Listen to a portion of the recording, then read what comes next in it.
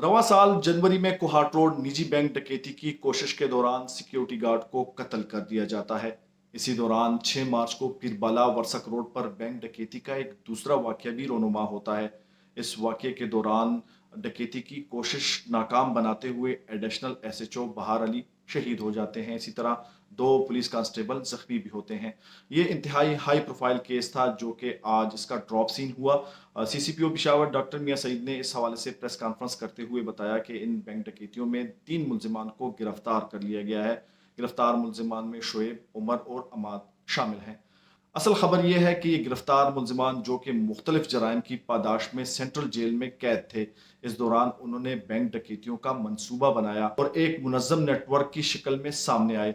Police के मुताबिक मुलजिमान के कलदम तहरीक तालिबान से रवाबित भी सामने आए हैं और मुलजिमान मुतअद्दिद बार अफगानिस्तान भी गए हैं।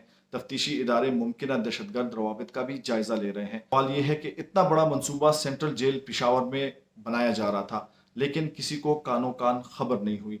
ये कानून नाफिज करने वाले इदारों के लिए एक सवालिया निशान है।